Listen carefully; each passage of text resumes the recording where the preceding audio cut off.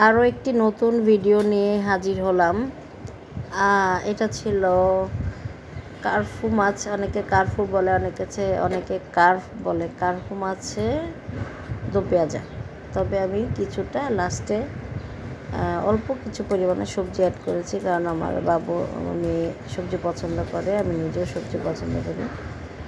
মাছগুলো ভেজেছি আমি হলুদ মরিচ লবণ মিক্স করে, সাথে একটু হলুদ মরিচ লবণ দিই, আর সরিষার তেলে আমি ভেজেছি। আমি খাঁটি সরিষার তেলটা ব্যবহার করি, ঘানিতে ভাঙানো যে সরিষার তেলটা, এটা আমি ব্যবহার করি। কিন্তু আমি খুব কম পরিমাণ তেল ব্যবহার করে রান্না করি, সেটা যে কোনো তেলই হোক। তো যেহেতু আমি রান্নার কাজ করি, মানে আমার সার্ভিসটাই রান্নার মধ্যে, আমি হোমমেড খাবার অর্ডার নিয়ে তারপরে আমি বানিয়ে ডেলিভারি দিয়ে থাকি। তো সেজন্য আমার রান্নার মোটামুটি একটু অভিজ্ঞতা হয়ে গেছে। তো যাই হোক, আমি আজকে এই কার্পু মাছটা রান্না করব। একদম তাজা মাছ ছিল, একদম সামনে থেকে তাজা মাছটা কাটিয়ে নিয়ে এসেছি। তো যাই হোক, রান্না হতে হতে, মাছ ভাজা হতে হতে একটু অন্য কথাও বলি। আপনারা কে কেমন আছেন? আমার ভিডিওটা আপনাদের যদি ভালো লাগে আমাকে একটু অনুপ্রাণিত করবেন, সহযোগিতা করবেন, আমার ভিডিওটা শেয়ার দিবেন। আমি ছোট্ট একটা ইউটিউব চ্যানেলও করেছি, নাবিলাস লাকুচিনা লাইফস্টাইল। এটা আমি ডেসক্রিপশনে দিয়ে দেব। তো যাই হোক, আমার অনেক দিনের স্বপ্ন ছিল, অনেক দিনের ইচ্ছে ছিল যে এরকম ভিডিও করার। তো কিন্তু আসলে ভিডিও করতে হলে অনেক ধরনের প্রিপারেশনের প্রয়োজন হয়, অনেক ধরনের প্রস্তুতি লাগে।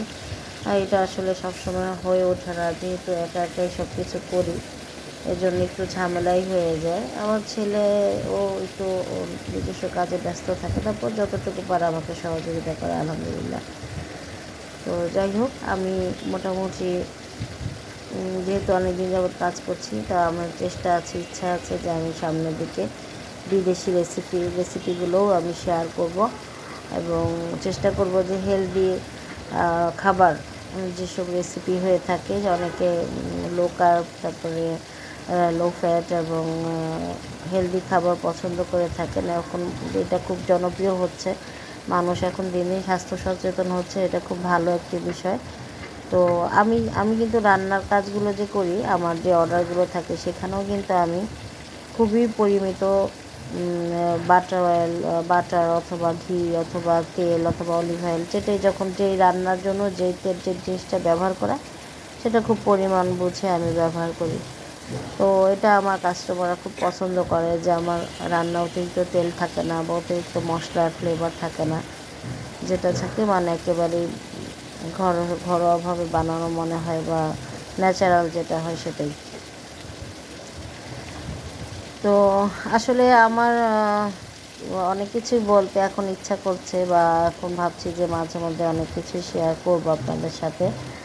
আর আপনারাও কমেন্টস করে আমাকে জানাবেন আমার ভিডিওগুলো কেমন হচ্ছে, যদি কোথাও ভুল ত্রুটি হয়ে থাকে সেটাও ধরিয়ে দেবেন, যেহেতু নতুন নতুন কাজটা করছি, ভুল হতেই পারে, যেহেতু আমিও সব কিছুতে অভিজ্ঞ না, স্বাভাবিক।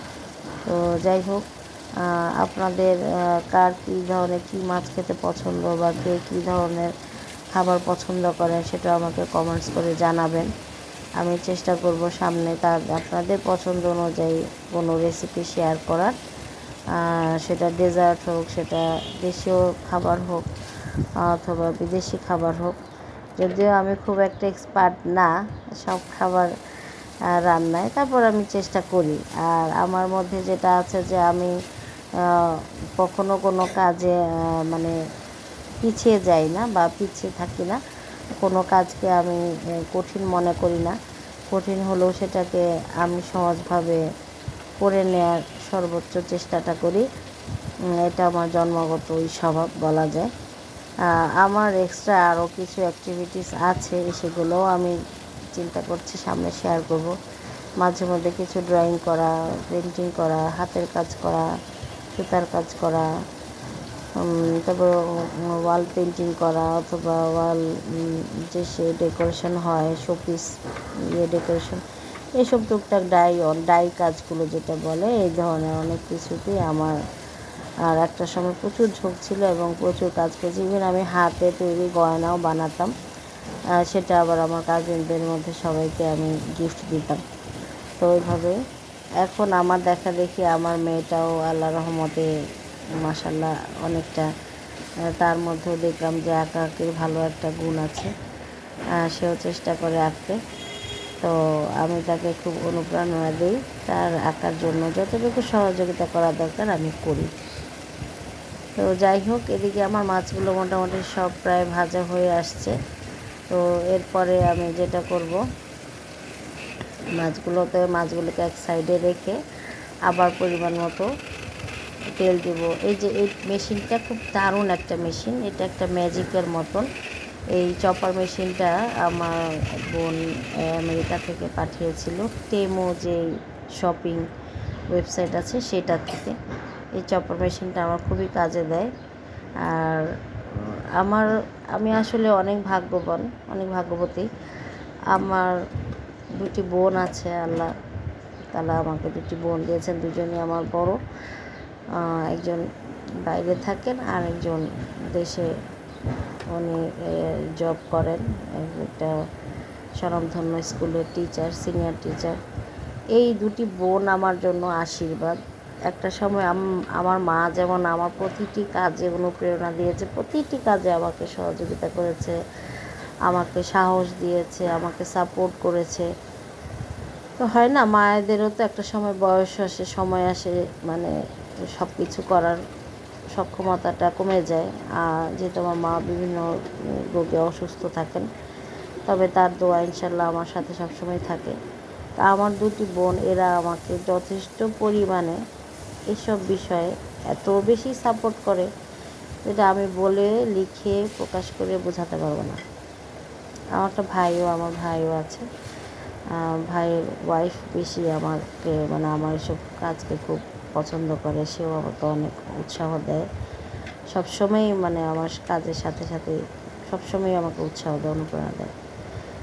তো যেটা বলছিলাম, এই যে লাল যেই চামচগুলো সিলিকন, এটা পুরোটা একটা সেট, এটা 6টা 8টা সম্ভবত হবে, এটা পুরোটা একটা সেট আছে। এটাও কিন্তু টেমো থেকে নেওয়া। টেমো শপিং কিন্তু বাংলাদেশে নাই, কিন্তু আমার বোন আমেরিকা থেকে সে পাঠিয়েছিল, অনেক কিছু একসাথে গিফট পাঠিয়েছে আমার ছোট সংসারের জন্য। সেও আমাকে সবসময় প্রতিনিয়ত অনুপ্রাণিত করে ভিডিও করার জন্য। সবাই লাইফস্টাইল ভিডিও করছে, ব্লগ করছে, রান্নার রেসিপি দিচ্ছে, নানান রকম। তারও মানে স্বপ্ন আমি এগুলো করি, আমি ওগুলো যেন দেই, যেহেতু আমি অনেক কিছু জানি। তো আমি চেষ্টা করছি যে আমার দুই বোনের কিছু স্বপ্ন আমাকে নিয়ে আল্লাহ তাআলা যেন আমাকে সেই তৌফিক দান করে, সেই সক্ষমতা দান করেন, সেই সফলতা দান করেন। তো আমি কিন্তু দেখতে দেখতে আমার এখানে মশলাটা কষানো চলছে। পেঁয়াজ কুচি দেওয়ার পরে কিন্তু আমি এখানে মরিচ ভেঙে দিলাম, কিছু কাঁচামরিচ। আমি ঝাল একটু কমই খাই, যেহেতু আমার মেয়ে খাবে, ছেলে খাবে, ওরা ঝাল কম খায়। তো আমি টমেটো দিলাম। আমি কিন্তু মশলা, আপনারা তো দেখতেই পাচ্ছেন যে কতটুকু মশলা আমি দিয়েছি আর কতটুকু তেল আমি দিয়েছি। আমি কিছুদিন আগে একটা ডক্টরের ভিডিও দেখেছিলাম, ইন্ডিয়ান ডক্টর অবশ্য উনি, সে টোটালি তেল ছাড়া রেসিপি শেয়ার করেছিল। মানে সে বলছিল যে তেল ছাড়া কীভাবে রান্না হয়, এবং রান্নার পরও বুঝাই যায় না যে এটা তেল ছাড়া রান্না। তো ওইটা থেকে আমি একটু অনুপ্রেরণা নিয়েছি, কিন্তু একেবারে তেল ছাড়া তো আর হয় না। আমি একটু তেল পরিমাণ কম দিয়ে আমি টমেটোটা দিয়ে কিন্তু আগে মানে গ্রেভিটাকে সফট করে ফেলছি, মানে যাতে না পুড়ে যায়, না লেগে যায়। যে আমি কিছু মিক্সড সবজি ছিল কাটা, সেটা আমি দিয়ে দিয়েছি। আলু ছিল, বরবটি ছিল, একটু চাল কুমড়া ছিল, আর একটু গাজর কুচি ছিল। এটা আমি অল্প পরিমাণে, খুব বেশি না, এই সবজিটা দিয়ে আমি বেশ কিছুক্ষণ রান্না করব। তারপরে আমি ভাজা মাছগুলো কিন্তু এই যে একটা করে সব সাজিয়ে দিলাম, এবং বেশ কিছুক্ষণ আমি এবারে আস্তে মিডিয়াম লো হিটে আমি কমপ্লিট করব রান্নাটা। এই তো সব মাছগুলো আমি দিয়ে দিচ্ছি। পুরো মাছটাই আমি রান্না করে ফেলেছি, তবে এটা আমি ভাগ করে রেখে দেব, অর্ধেকটা আগামীকালের জন্য আর আজকেরটা আজকেই খেয়ে ফেলবো। প্রতিদিন কাজ টাজ থাকলে অন্য সময় রান্না হয়ে ওঠে না, তখন দেখা যায় বাচ্চাদের সমস্যা হয়ে যায়। এই জন্য যখন সুযোগ হয় তখন একদিন দুদিনের রান্না একটু করে ফেলি। আজকে একটু সুযোগ হলো, এই জন্য করে ফেলছি। এই যে কিছুটা পানিও দিয়ে দিলাম, মানে কিছুটা গ্রেভি থাকবে, কারণ মাছের ঝোলটা খেতে কিন্তু মজাই লাগে।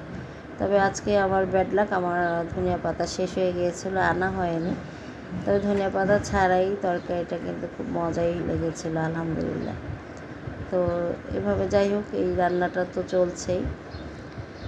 তো আমার জীবনে একটা মানে আমি খুব ক্ষুদ্র একটা মানুষ, আমার তেমন কোনো যোগ্যতা নাই, কিন্তু আল্লাহ আমাকে কিছু বন্ধু, কিছু প্রিয় মানুষ, কাছের মানুষ, রক্তের কিছু সম্পর্ক, কিছু অনাত্মীয় মানুষ